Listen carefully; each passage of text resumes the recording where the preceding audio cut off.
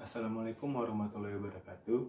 Sebelumnya saya ingin mengucapkan selamat kepada seluruh mahasiswa baru yang berhasil masuk ke UPN Veteran Yogyakarta dan juga selamat bergabung di subunit band UKM Seni UPN Veteran Yogyakarta. Perkenalkan, nama saya Trisna Prasatria dan kali ini saya dipercaya untuk mengisi sharing session instrumen bass. Untuk mempersingkat waktu, mari kita masuk ke topik pembahasan yang pertama. Topik pembahasan yang pertama yaitu adalah fungsi bass dalam komposisi band dan juga dalam sebuah lagu. Dalam sebuah lagu, bass itu merupakan instrumen rhythm section atau instrumen yang berguna untuk menjaga tempo dan juga menjadi fondasi dalam sebuah lagu. Dalam komposisi band, bassis biasanya bekerja sama dengan drummer untuk menjaga tempo lagu agar tetap konstan. Orang awam mungkin tidak dapat mendengar suara bass dalam sebuah lagu. Namun, bass merupakan instrumen yang sangat penting.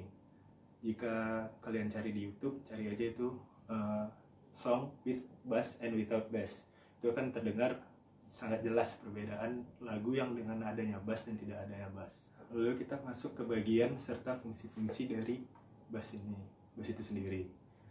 Yang pertama kita lihat dari model. Banyak merek-merek besar mengeluarkan bass seperti Fender, Gibson, Ibanez, dan mereka itu biasanya punya signature modelnya sendiri. Contoh yang saya pakai ini Squier by Fender, yang model precision bass. Lalu untuk urutan senar, kalau yang bass itu biasanya ada 3 jenis, yang 4 senar, 5 senar, sama 6 senar. Kalau yang 4 senar ini yang paling biasa, paling standar dipakai orang. Ini urutan senarnya E, itu yang paling atas, A, D, G. Jika dengan suara K, paling atas itu E, yang kedua itu A, yang ketiga D, dan yang keempat itu G. Lalu untuk bagian-bagian bass itu sendiri, di paling ujung ini ada namanya headstock, baru ada namanya tuning pack untuk menyetem suara bassnya, baru ada neck, ada fret, lalu juga ada pickup, ada bridge, baru di sini ada knob. Biasanya tiap model bass itu fungsi knobnya dan jumlah knobnya itu berbeda-beda. Contoh di sini precision bass yang Squier ini, dia ada 3 knob. Yang paling atas ini untuk volume pickup yang ini, yang tengah untuk volume pickup ini, dan yang paling ujung untuk mengatur tone-nya. Lalu kita masuk ke topik pembahasan yang ketiga, yaitu dasar fingering. Nah, pertama itu dalam bermain instrumen dawai seperti gitar atau bass, kita memakai 4 jari. Biasanya kalau dalam tab atau belajar-belajar gitar gitu, nomor satu itu ada jari telunjuk, jari tengah itu di nomor 2, jari manis itu nomor 3, dan kelingking itu nomor 4. Nah, biasanya untuk sebelum perform atau untuk main, kita perlu pemanasan jari agar nggak kram dan juga biar cepat mainnya. Nah, untuk pemanasan itu atau stretching bisa dengan melakukan pola 1, 1, 2, 3, 4, 1, 2, 3, 4, 1, 2, 3, 4, 1, 2, 3, 4, lalu mundur 4, 3, 2, 1, 4, 3, 2, 1. Nah, ini dilakukan untuk meregangkan jari-jari sebelum bermain. Ini juga bisa menjadi latihan untuk menambah speed kalian dalam bermain bass.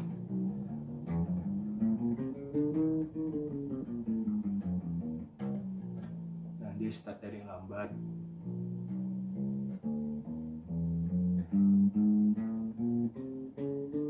Baru lama-lama bisa dipercepat.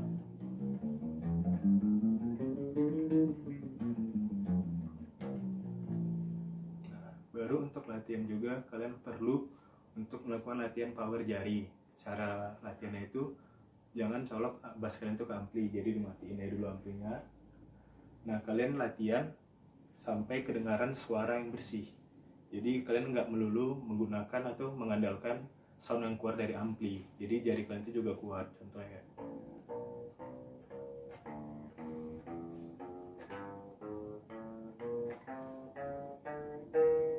nah, mungkin kan kelihatannya mudah, padahal jika kalian kayak ngasal gitu atau nggak kencang nekennya, suaranya bakal kayak. Nah, itu jadi perlu latihan power, jadi menghasilkan suara yang jernih.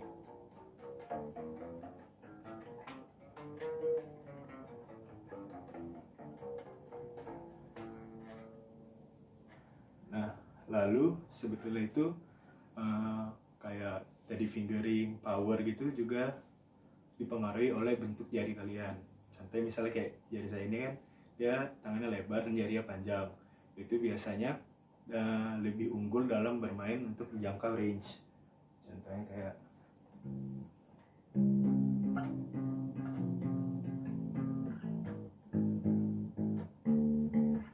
nah, jadi mampu untuk mengambil range jarak yang jauh antar chord. Nah, untuk ada lagi model jari itu yang dia pendek-pendek bantet, itu biasanya unggul dalam bermain speed. Nah, sekarang kita masuk ke topik pembahasan berikutnya, yaitu teknik dan cara bermain bass. Nah, untuk yang paling sederhana, yang paling dasar itu biasanya bassist itu memainkan bass menggunakan teknik fingering. Teknik fingering itu adalah teknik yang cuma menggunakan jari kalian sebagai sarana atau media bermain bass. Contohnya seperti ini. Nah, biasanya teknik fingering itu menggunakan dua jari, jari satu dan jari dua, telunjuk dan tengah, dengan pola 1-2-1-2. Atau bisa juga mengganti pola dengan 1-1-2-2. Nah, contoh lagu yang menggunakan teknik fingering ini setelah banyak. Saya akan menggunakan dua contoh. Yang pertama itu lagunya Muse yang Time Is Running Out.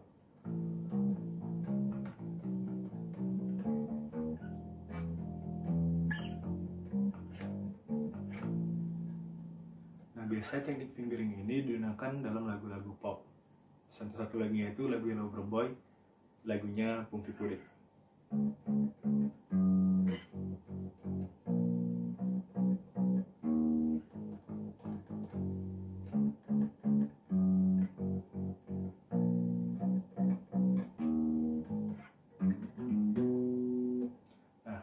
Jika kita bermain 1-2-1-2 itu menggunakan teknik dasar ya.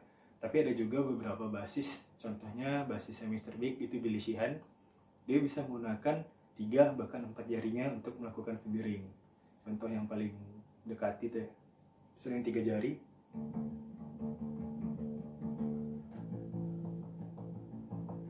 Atau kadang dia bisa menggunakan 4 jari. Untuk teknik yang kedua, ada teknik picking atau memainkan bass menggunakan pick. Seperti yang kita ketahui, biasanya pemain atau musisi yang menggunakan pick itulah gitaris. Namun banyak juga bassis yang memilih menggunakan pick sebagai sarana bermain bass. Biasanya mereka berasal dari band-band rock atau band-band metal, pop punk, dan sebagainya. Kenapa mereka memilih menggunakan pick? Karena biasanya line bass dari genre seperti itu memerlukan kecepatan dan sulit untuk dimainkan dengan jari. Contoh lagu yang menggunakan pick itu lagunya Green Day yang American Idiot.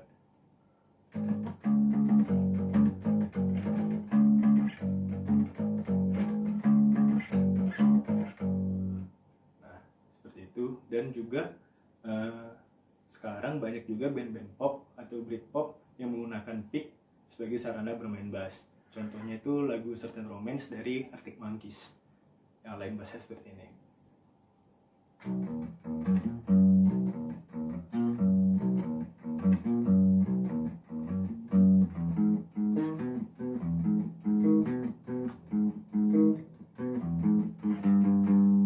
Seperti itu.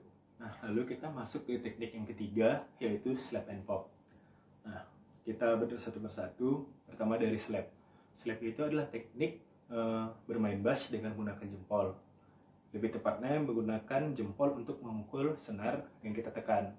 Contoh di sini saya bermain pada nada A, chord A, lalu kita menempatkan jempol kita di ujung fretboard seperti ini.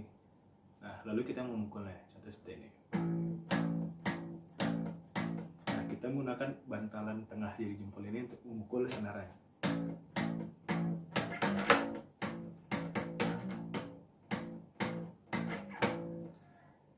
Teknik ini biasanya dikombinasikan dengan teknik pop.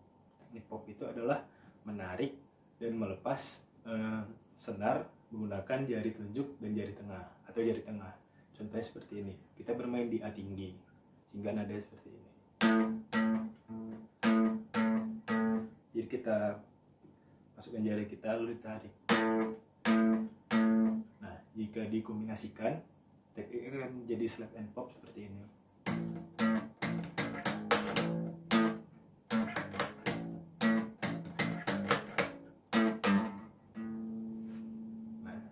Teknik slap and pop ini biasanya digunakan di lagu-lagu funk. Contoh basis yang sering menggunakan teknik ini dalam lagunya adalah Flea. Flea yang berasal dari band Red Hot Chili Pepper menggunakan teknik ini hampir di semua lagunya yang dimainkan. Contoh lagu Red Hot Chili Pepper yang paling mudah untuk dipelajari adalah Higher Ground. Lainnya seperti ini.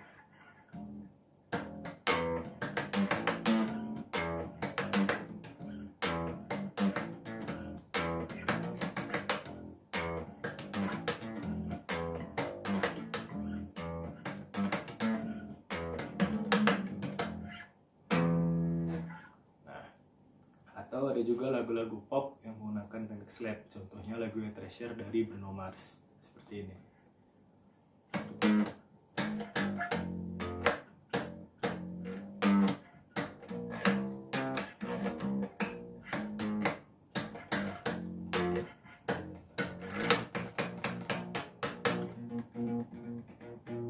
Nah, seperti itu kurang lebihnya. Sebenarnya masih banyak teknik-teknik yang dapat dipelajari untuk menopang atau mengimprove permainan bass kalian. Contohnya ada teknik walking bass yang sering digunakan dalam lagu-lagu jazz. Contohnya lagu Fly Me to the Moon seperti ini.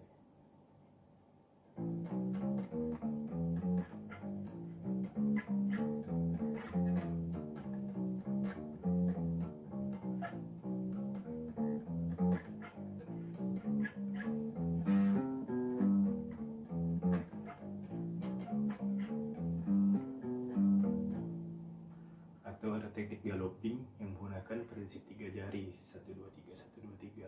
Suaranya seperti ini.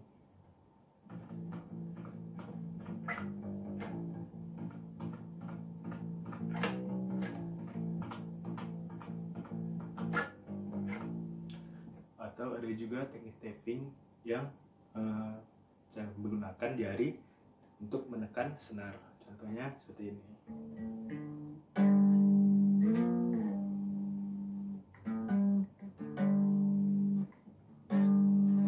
Seperti itu. Nah, ada juga beberapa basis yang menggunakan 2 atau lebih teknik dalam satu lagunya. Contohnya lagu Colorado Bulldog dari Mr. Big. Yang lainnya seperti ini.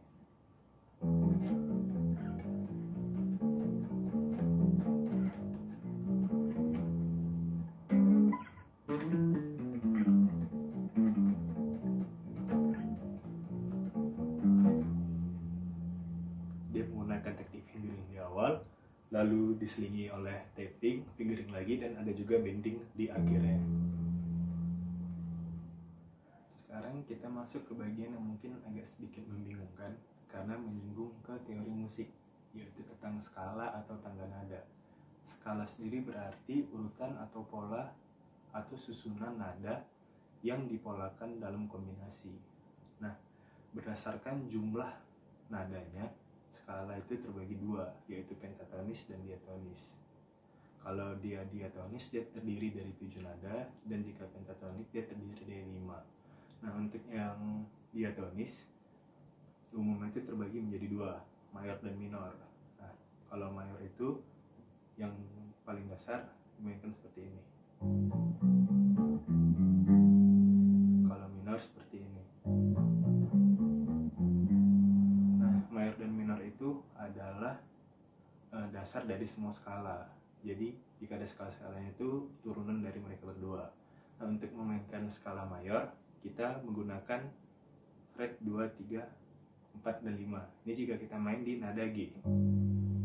Di senar E fret 3. Nah, kita butuh di fret 2 sampai 4, 2 sampai 5. Nah, kita posisikan jari satu kita di fret 2 dan seterusnya. Kita urutkan berdasarkan nomor jari. Pertama kita mainkan di jari nomor 2, di G, baru 4, turun ke bawah, 1, 2, 4, turun lagi, 1, 3, 4. Nah, untuk minor kita memakai fret 3 sampai 6. Urutkan lagi jari kita, baru mulai dari G lagi. 1, 3, 4, 1, 3, 4, turun 1, 3. Nah, sebenarnya untuk menentukan nada-nada dalam skala itu ada hitungannya sendiri, cuma nanti mungkin dibahas lebih lanjutnya. Nah, sekarang masuk ke yang pentatonik yang terdiri dari 5 nada. Nah, untuk dasarnya yang simple, pentatonik itu bisa terbagi dari 2, pelok dan slendro. Pelok itu dia kita buat posisi jari seperti mayor tadi, dan dia urutannya cuma terdiri dari 5. 1, turun, maksudnya 2, turun, 1, 2, 4, turun, 3, 4. Nah, jadi dimainkan seperti ini.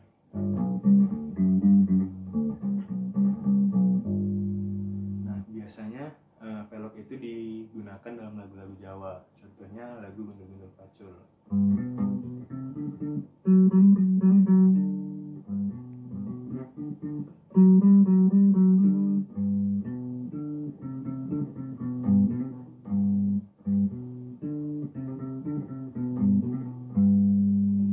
Nah, lalu slendro buat posisi mayor seperti tadi, urutannya 2, 4, turun, 1,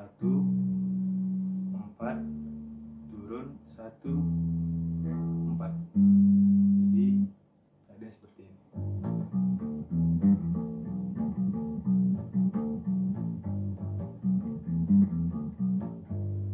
Nah, seperti itu kira-kira. Baru banyak lagi contoh-contoh skala, ada mixolydian, ada Lydian, Dorian, juga ada scale blues.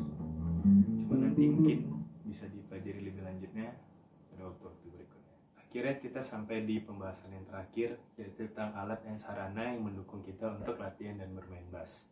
Nah, yang pertama itu kita butuh tuner atau tuning amps. Tuner berfungsi untuk kita mengetahui nada dan untuk menyetel nada pada senar-senar kita. Nah, untuk tuner dia ada yang berbentuk pedal seperti itu di kaki, itu dipijak, dan ada juga aplikasi yang bisa diunduh seperti ini. Nama aplikasinya Pitch Lab. Ada juga gitar tuna dan lain-lainnya. Nah, jadi kalian bisa mentuning alat musik kalian dengan HP saja atau dengan tablet smartphone kalian. Nah, lalu yang kedua, seperti yang kita tahu kan, bass jika tidak disolok ke sound, dia tidak memiliki suara, hening kan.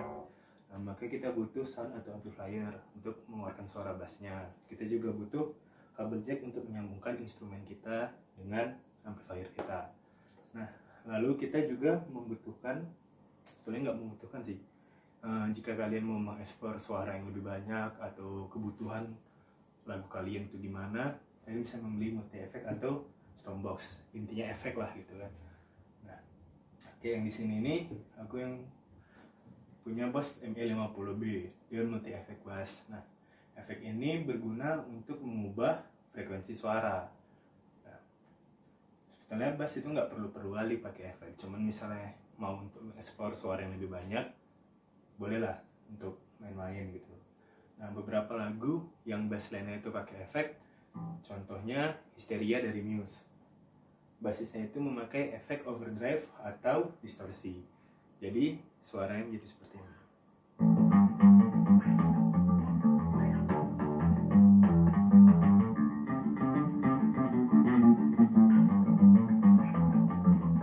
Nah, seperti itu.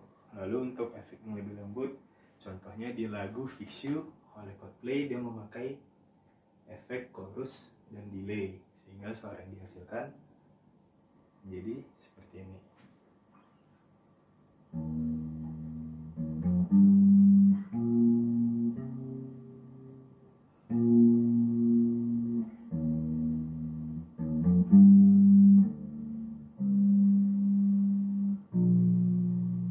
Nah, jika dibandingkan dengan memainkan tanpa memakai efek, mungkin rasanya lebih hambar ya, karena kan nggak ada suara-suara yang aneh-aneh gitu. Jadi kalau misalnya nggak pakai efek, suaranya jadi kayak gini.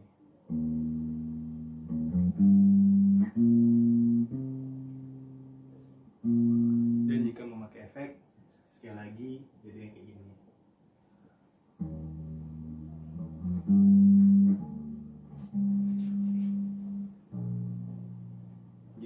kira-kira penggunaan tuner, amplifier, dan juga efek pada instrumen bass.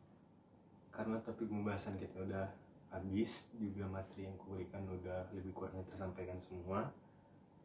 Jadi aku mau menutup sesi yang ini, dan jika ada yang mau bertanya bisa langsung disampaikan, dan sesi berikutnya akan menjawab sebisa aku. Nah, sekedar mengingatkan, jika kalian memiliki skill atau teknik yang di atas rata-rata, kemampuan atau ilmu, teori yang luas tentang musik, alat-alat yang mahal, alat-alat yang bagus, itu bukan berarti menjadi patokan seberapa jago kalian. Nah, sebagai basis, senjata utama yang bisa kalian andalin itu adalah feel. Kalian harus bisa memperhatikan sekeliling kalian, teman-teman band, jenis lagu, genre, semuanya harus bisa kalian perhatikan. Bagaimana kalian harus menjaga tempo dengan konstan dari awal sampai akhir lagu, membuat beat atau mengikuti beat yang sama dengan drum, mengisi kekosongan dari melodi gitar dengan feeling-feeling. Nah, itu yang biar kalian latih sejak bermain bass ini. Terus, jadi jangan malu misalnya teknik kalian biasa-biasa aja, alat-alat kalian yang nggak yang mahal-mahal kali. Tapi jika kalian memiliki feel, kalian bisa melihat sekitar, itu udah menjadi senjata utama bagi kalian. Jadi untuk menutup ini, saya ingin mengucapkan terima kasih untuk yang udah menonton dari awal sampai akhir, yang udah mengikuti, dan mau minta maaf untuk kesalahan-kesalahan kata atau ada kesalahan teknik bermain. Kita sama-sama belajar di sini. Sekali lagi selamat datang di Subunit Band UKM Seni. Semangat untuk kuliahnya, semangat ngebandnya. Terima kasih. Wassalamualaikum warahmatullahi wabarakatuh.